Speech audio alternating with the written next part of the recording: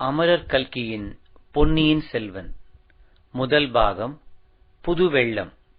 Kudanthai சோதிடர். San Francisco பே ஏரியாவில் இருந்து உங்களுக்காக வாசிப்பது ஸ்ரீ. குடகு நாட்டில் பிறந்து வளர்ந்த பொன்னி நதி கன்னிப்பருவம் கடந்ததும் தன் மணாளனாகிய சமுத்திரராஜனிடம் சென்றடைய விரும்பினாள். காடும் மேடும் கடந்து பாறைகளையும் பள்ளங்களையும் தாண்டிக் கொண்டு விரைந்து சென்றாள். சமுத்திரராஜனை நெருங்க நெருங்க நாயகனை காணப்போகிறோம் என்ற குதூகலத்தினால் அவள் உள்ளம் விம்மி உடல் பூரித்தது. இன்னும் சற்று தூரம் சென்றாள். காதலனை அணைத்துக் கொள்ள கரங்கள் இரண்டு உண்டாயின. இரு கரங்களை விரித்தவாறு தாவி பாய்ந்து சென்றாள். ஆனால் உள்ளத்தில் பொங்கிய ஆர்வ மிகுதிக்கு இரு கரங்கள் போதுமென்று தோன்றவில்லை. அவளுடைய ஆசை கரங்கள் 10, 20, 100 என்று வளர்ந்தன. அவ்வளவு கரங்களையும் ஆவலுடன் நீட்டிக்கொண்டு சமுத்திரராஜனை அணுகினாள். இவ்விதம் ஆசைக் கணவனை அடைவதற்குச் சென்ற மணப்பெண்ணுக்கு சோழ நாட்டு செவிலித் தாய்மார் செய்த அலங்காரங்கள் தான் என்ன! அடடா, எத்தனை அழகிய பச்சை புடவைகளை உடுத்தினார்கள்! எப்படியெல்லாம் வண்ண மலர்களை சூட்டினார்கள்! எவ்விதமெல்லாம் பரிமள சுகந்தங்களை தூவினார்கள்! ஆஹா! இரு கரையிலும் வளர்ந்திருந்த புன்னை மரங்களும் கடம்ப மரங்களும் முத்து மலர்களையும் இரத்தின பூக்களையும் வாரிச் சொரிந்த அருமையை எவ்விதம் வர்ணிப்பது! தேவர்கள் பொழியும் பூமாரியும் இதற்கு இணையாகுமா? பொன்னி நதியே, உன்னை பார்த்து களிப்படையாத கன்னிப்பெண் யார்தான் இருக்க முடியும்? உன் மணக்கோல ஆடை அலங்காரங்களைக் கண்டு உள்ளம் பொங்காத மங்கை யார் இருக்க முடியும்? கல்யாணப் பெண்ணைச் சுற்றி ஊரிலுள்ள கன்னிப்பெண்கள் எல்லோரும் சூழ்ந்து கொள்வது போல் உன்னை நாடி பெண்கள் வந்து கூடுவதும் இயற்கையே அல்லவா? பொன்னி தன் மணாளனை தழுவிக்கொள்ள ஆசையுடன் நீட்டும் பொற்கரங்களில் ஒன்றுக்கு அரசிலாறு என்று பெயர். காவேரிக்கு தென்புறத்தில் மிக நெருக்கத்தில் அரசிலாறு என்னும் அழகிய நதி அமைந்திருக்கிறது. அப்படி ஒரு நதி இருப்பது சற்று தூரத்தில் இருந்து வருகிறவர்களுக்கு சொல்லித்தான் தெரிய வேண்டும். இருபுறமும் அடர்த்தியாக வளர்ந்திருக்கும் இனிய பசுமரங்கள் அப்படி அந்நதியை மறைத்து விடுகின்றன. பிறந்தது முதல் அந்த புறத்தை விட்டு வெளியேறி அறியாத அரசகுல கன்னி என்றே அரசிலாற்றை சொல்லலாம். அந்த கன்னி நதியின் அழகுக்கு இந்த உலகில் உவமையே கிடையாது. நல்லது, அந்தப்புறம் என்னும் எண்ணத்தை மறந்துவிட்டு நேயர்கள் நம்முடன் அரசிலாற்றை நெருங்கி வருவார்களாக. சோலையாக நெருங்கி வளர்ந்திருந்த மரங்களுக்கிடையே புகுந்து வருவார்களாக. அடடா, இது என்ன அருமையான காட்சி! அழகுக்கு அழகு செய்வது போலும் அமுதத்துக்கு இனிப்பு ஊட்டுவது போலுமல்லவா இருக்கிறது. சித்திர விசித்திரமாகச் செய்த அன்ன வடிவமான வண்ணப்படகில் வீற்றிருக்கும் இந்த வனிதாமணிகள் யார்? அவர்களில் நடுநாயகமாக நட்சத்திரங்களுக்கிடையில் பூரண சந்திரனைப் போல் 7 உலகங்களையும் ஆளப் பிறந்த சக்கரவர்த்தினியைப் போல் காந்தியுடன் விளங்கும் இந்த நாரிமணி யார்? அவளுக்கு அருகில் கையில் வீணையுடன் வீற்றிருக்கும் சாந்த சுந்தரி யார்? இனிய குரல்களில் இசைபாடி நதி வெள்ளத்துடன் கீத வெள்ளமும் கலந்து பெருகச் செய்து கொண்டு வரும் இந்த கந்தர்வ பெண்கள் யார்? அவர்களில் ஒருத்தி மீனலோச்சனி, இன்னொருத்தி நீலலோச்சனி, ஒருத்தி தாமரை முகத்தாள், இன்னொருத்தி கமல இதழ் நயனத்தாள். ஆஹா, வீணையை மீட்டுகிறாளே, அவளுடைய காந்தளை ஒத்த விரல்கள் வீணை தந்திகளில் அங்குமிங்கும் சஞ்சரிக்கும் அழகை பார்த்து கொண்டே இருக்கலாம். அவர்கள் இசைக்கும் கீதத்தின் இனிமையைத்தான் என்ன என்று சொல்வது? அதை கேட்பதற்காக நதியின் வெள்ளம் கூட அல்லவா தன் ஓசையை நிறுத்தியிருக்கிறது. நதிக்கரை மரங்களில் வாழும் கிளிகளும் குயில்களும் கூட வாய்திறவா மோனத்தில் ஆழ்ந்திருக்கின்றனவே. மனிதர்களாய் பிறந்தவர்கள் கேட்கும் செவி படைத்த பாக்கியசாலிகள். அந்த அமுதகானத்தை கேட்டு பரவசம் அடைவதில் வியப்பு என்ன? படகில் வரும் அப்பெண்கள் என்ன பாடுகிறார்கள் கேட்கலாம். மருங்கு வண்டு சிறந்து ஆர்ப்ப மணிப்பூ ஆடை அது போர்த்து கருங்கையர்கண் விழித்து ஒல்கி நடந்தாய் வாழி காவேரி. கருங்கையர்கண் விழித்து ஒல்கி நடந்தையெல்லாம் நின் கணவன் திருந்து செங்கோல் வளையாமை அறிந்தேன் வாழி காவேரி. பூவர் சோலை மயிலாட புரிந்து குயில்கள் இசைபாட காமர் மாலை அருகசைய நடந்தாய் வாழி காவேரி. காமர் மாலை அருகசைய நடந்தவெல்லாம் நின் கணவன் நாமவேலின் திறங்கண்டே அறிந்தேன் வாழி காவேரி. இந்த அமுத தமிழ் பாடல்களை எங்கேயோ கேட்டிருக்கிறோம் அல்லவா? ஆம், சிலப்பதிகாரத்தில் உள்ள வரிப்பாடல்கள் இவை. எனினும் இந்த பெண்கள் பாடும்போது முன் எப்போதுமில்லாத வனப்பும் கவர்ச்சியும் பெற்று விளங்குகின்றன. இவர்கள் பொன்னி நதியின் அருமை தோழிகள் போலும். அதனாலேதான் இவ்வளவு பரவசமாக உணர்ச்சி ததும்ப பாடுகிறார்கள். அடடா, பாடலும் பண்ணும் பாவமும் எப்படி கலந்து இழைந்து குழைந்து இவர்களுடைய குரலில் இருந்து அமுத வெள்ளமாய் பொழிகின்றன. பாட்டாவது பண்ணாவது, கானமாவது இசையாவது அதெல்லாம் ஒன்றுமில்லை. இது ஏதோ மாயக்கலை. பாடுகிறவர்கள் கேட்பவர்கள் எல்லாரையும் பித்து பிடிக்கச் செய்யும் மந்திர வித்தை. படகு மிதந்து கொண்டே வந்து மரங்கள் சிறிது இடைவெளி தந்த ஓடத்துறையில் ஒதுங்கி நிற்கிறது. 2 பெண்கள் இறங்குகிறார்கள். அவர்களில் ஒருத்தி 7 உலகத்துக்கும் ராணி எனத்தகும் கம்பீர தோற்றமுடைய பெண்மணி. இன்னொருத்தி வீணை தந்திகளில் விரல்களை ஓட்டி இன்னிசை எழுப்பிய நங்கை.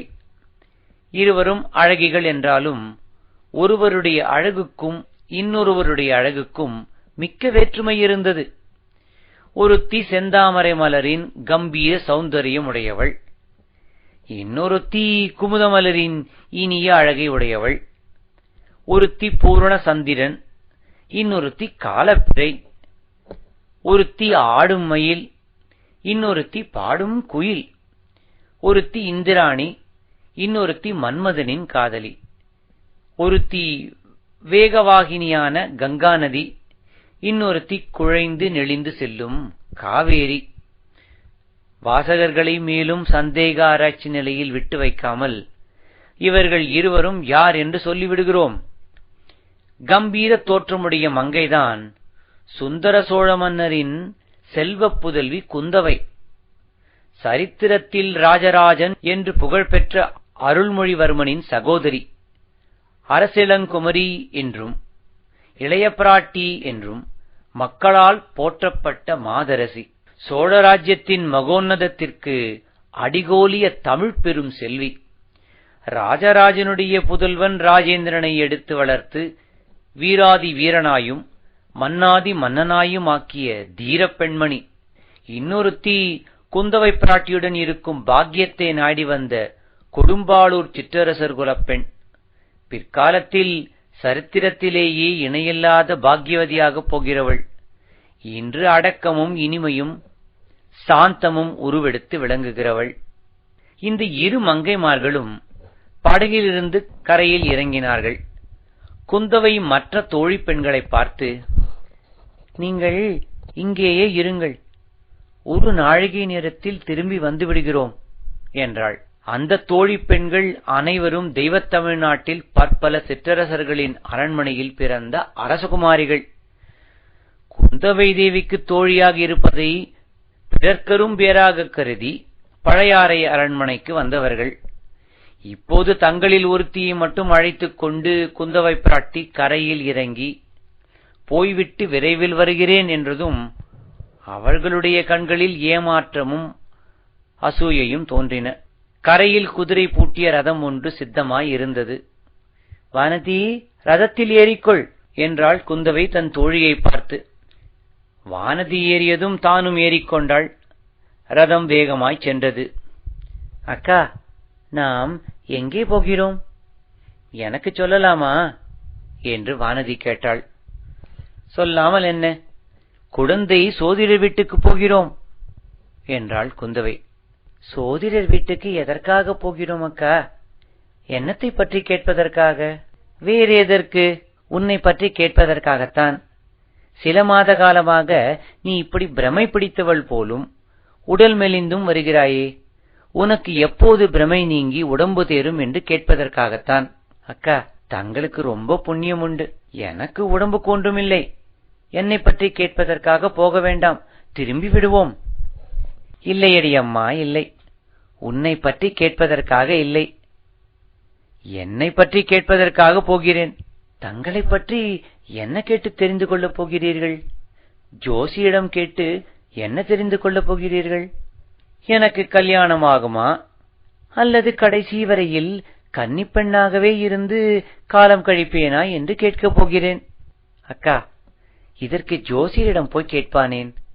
தங்களுடைய மனதையே அல்லவா கேட்க வேண்டும். தாங்கள் தலையை அசைக்க வேண்டியதுதான். இமயமலை முதல் குமரிமுனை வரையில் உள்ள 56 தேசத்து ராஜாக்களும் போட்டி போட்டுக்கொண்டு ஓடி வர மாட்டார்களா? ஏன், கடல் கடந்த தேசங்களிலிருந்தெல்லாம் கூட வருவார்களே. தங்களை கைப்பிடிக்கும் பேரு எந்த வீர ராஜகுமாரனுக்கு கொடுத்து வைத்திருக்கிறதோ அதை தாங்கள் அல்லவா தீர்மானிக்க வேண்டும். வானதி, நீ சொல்வதெல்லாம் உண்மை என்று வைத்துக் கொண்டாலும் அதற்கு ஒரு தடை இருக்கிறது. எந்த தேசத்து அரசகுமாரனையாவது மனம் புரிந்து கொண்டால் நான் அவனுடைய நாட்டுக்கு போக வேண்டி வரும் அல்லவா? எனக்கு இந்த பொன்னி நதி பாயும் சோழ நாட்டிலிருந்து வேறொரு நாட்டுக்கு போக பிடிக்கவில்லையடி. வேறு நாட்டுக்கு போவதில்லை என்று நான் சபதம் எடுத்துக் கொண்டிருக்கிறேன். அது ஒரு தடையாகாது. தங்களை மனம் புரிந்து கொள்ளும் எந்த ராஜகுமாரனும் தங்கள் காலில் விழுந்து கிடக்கும் அடிமையாகவே இருப்பான். இங்கேயே இருக்க வேண்டும் என்றாலும் இருந்துவிட்டு போகிறான்.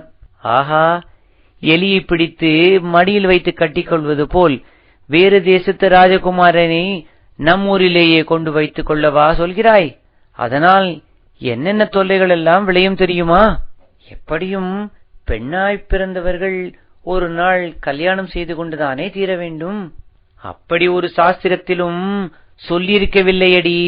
வானதி, ஔவையாரை பார். அவள் என்றும் கண்ணி அழியாத கவீஸ்வரியாக பல காலம் ஜீவித்திருக்கவில்லையா? ஔவையார் இளம் பிராயத்திலேயே கடவுளின் வரத்தினால் கிழவியாக போனவள். தாங்கள் அதைப் போல ஆகவில்லையே. சரி, அப்படி கல்யாணம் செய்து கொள்வது என்று புறப்பட்டால் அனாதையான சோழ நாட்டு வீரன் ஒருவனையே நான் மணந்து கொள்வேன். அத்தகையவனுக்கு ராஜ்யம் இராது. என்னை அழைத்துக் கொண்டு வேறு ஒரு தேசத்துக்கு போக வேண்டும் என்று சொல்ல மாட்டான். இங்கேயே சோழ நாட்டிலேயே இருந்து விடுவான். அக்கா, அப்படியானால் இந்த சோழ நாட்டை விட்டு போக மாட்டீர்களே? ஒரு நாளும் போக மாட்டேன். சொர்க்கலோகத்துக்கு என்னை அரசியாக்குவதாக சொன்னாலும் போக மாட்டேன். இன்றைக்குத்தான் என் மனம் நிம்மதி அடைந்தது. அது என்னடி? நீங்கள் வேறு நாட்டுக்கு போனால் நானும் உங்களோடு வந்தே தீர வேண்டும். உங்களை விட்டு பிரிந்திருக்க என்னால் முடியாது. அதே சமயத்தில் இந்த சோழவள நாட்டை பிரிந்து போகவும் எனக்கு மனமில்லை.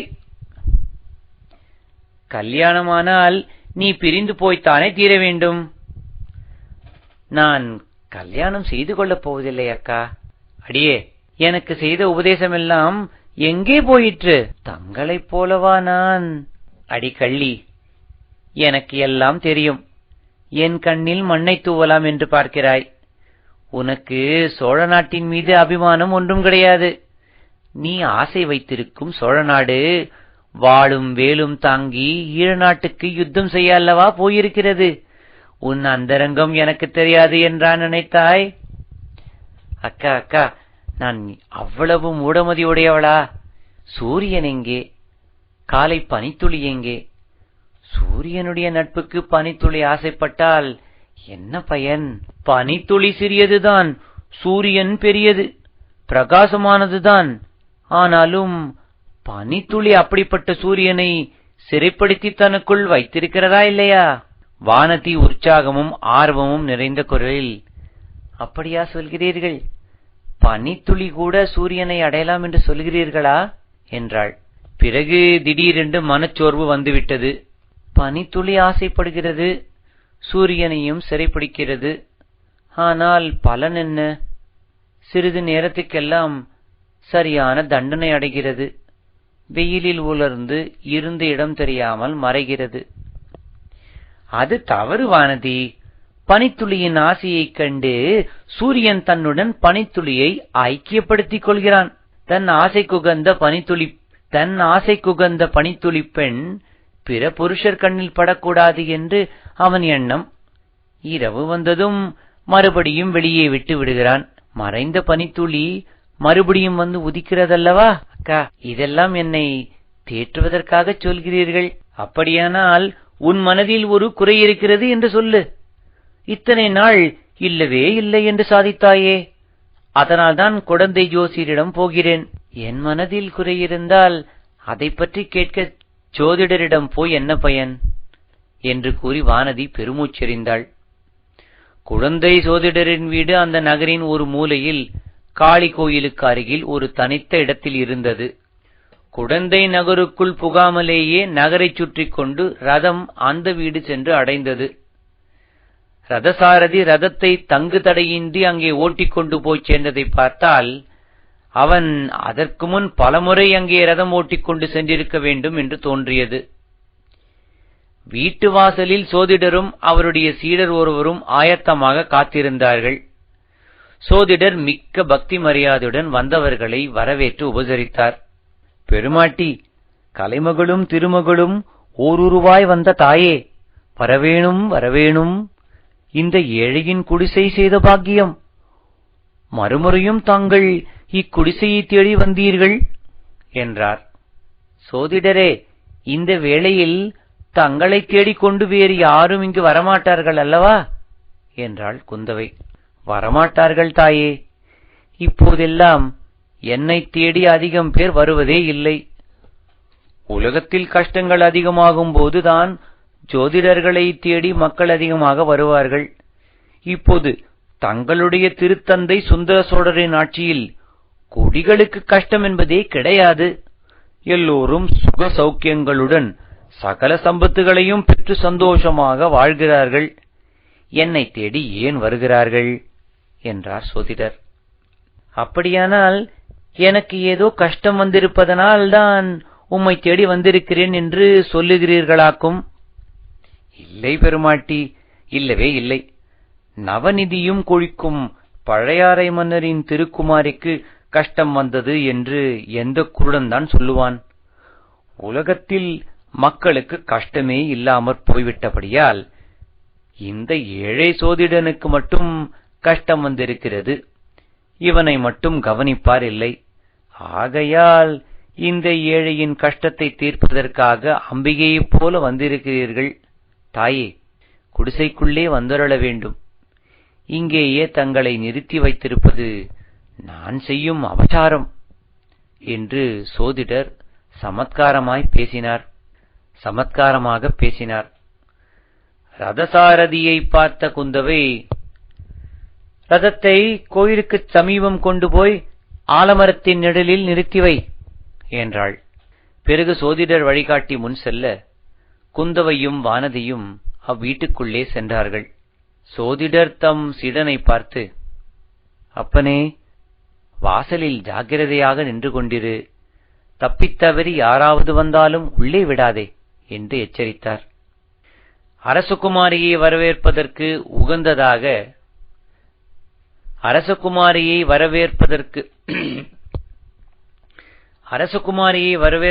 உகந்ததாக சோதிடரின் கூடம் அழகு செய்யப்பட்டிருந்தது. சுவரில் ஒரு மாடத்தில் அம்பிகையின் படம் அலங்கரிக்கப்பட்டு விளங்கியது. அமருவதற்கு 2 பீடங்கள் சித்தமாய் இருந்தன. குத்துவிளக்கு எரிந்தது. அங்குமிங்கும் கோலங்கள் பொலிந்தன. ராசி சக்கரங்கள் போட்ட பலகைகளும் ஓலைச்சுவடிகளும் சுற்றிலும் இறைந்து கிடந்தன. பெண்மணிகள் இருவரும் பீடங்களில் அமர்ந்த பிறகு சோதிடரும் உட்கார்ந்தார். அம்மணி, வந்த காரியம் என்னதென்பதை தயவு செய்து சொல்லி அருள வேணும் என்றார். ஜோசியரே, அதையும் தங்கள் சோதிடத்திலேயே பார்த்து தெரிந்து கொள்ளக்கூடாதா என்றாள் குந்தவை. ஆகட்டும் தாயே என்று கூறி சோதிடர் கண்ணை மூடிக்கொண்டு சிறிது நேரம் ஏதோ மந்திரம் ஜபித்துக் கொண்டிருந்தார். பிறகு கண்ணை திறந்து பார்த்து, கோமாட்டி, இந்த கன்னிப் பெண்ணின் ஜாதகம் பற்றி கேட்பதற்காகவே இன்று முக்கியமாக வந்திருக்கிறீர்கள். அவ்விதம் தேவி பராசக்தியின் அருள் சொல்கிறது, உண்மைதானா என்றார். ஆஹா, பிரமாதம்! உங்களுடைய சக்தியை என்னவென்று சொல்வது? ஆம் சோதிடரே, இந்த பெண்ணை பற்றி கேட்கத்தான் வந்தேன். 1 வருஷத்துக்கு முன்பு இவள் பழையாறை அரண்மனைக்கு வந்தாள். வந்து 8 மாத காலம் மிக குதூகலமாய் இருந்து வந்தாள். என் தோழியரைக்குள்ளே இவள்தான் சிரிப்பும் விளையாட்டும் கலகலப்புமாக இருந்து வந்தாள். 4 மாதமாக இவளுக்கு என்னவோ நேர்ந்திருக்கிறது. அடிக்கடி சோர்ந்து போகிறாள். பிரமை பிடித்தாற்போல் இருக்கிறாள். சிரிப்பையே மறந்துவிட்டாள். உடம்புக்கு ஒன்றுமில்லை என்கிறாள். இவள் பெற்றோர்கள் நாளைக்கு வந்து கேட்டால் என்ன மறுமொழி சொல்வதென்றே தெரியவில்லை. தாயே, கொடும்பாளூர் இளைய வேளாரின் செல்வப் புதல்விதானே?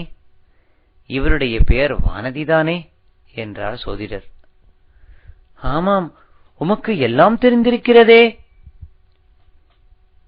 இந்த அரசிளங்குமரியின் ஜாதகம் கூட என்னிடம் இருக்கிறது. சேர்த்து வைத்திருக்கிறேன். சற்று பொறுக்க வேணும் என்று சொல்லிவிட்டு சோதிடர் பக்கத்திலிருந்த ஒரு பழைய பெட்டியை திறந்து சிறிது நேரம் புரட்டினார். பிறகு அதிலிருந்து ஒரு ஜாதக குறிப்பை எடுத்து கவனமாய் பார்த்தார். இத்துடன் இந்த பகுதி நிறைவு பெறுகிறது. மீண்டும் அடுத்த பகுதியில் உங்களை சந்திக்கும் வரை உங்களிடம் இருந்து விடைபெறுவது சான் பிரான்சிஸ்கோ பே ஏரியாவில் இருந்து ஸ்ரீ. நன்றி, வணக்கம்.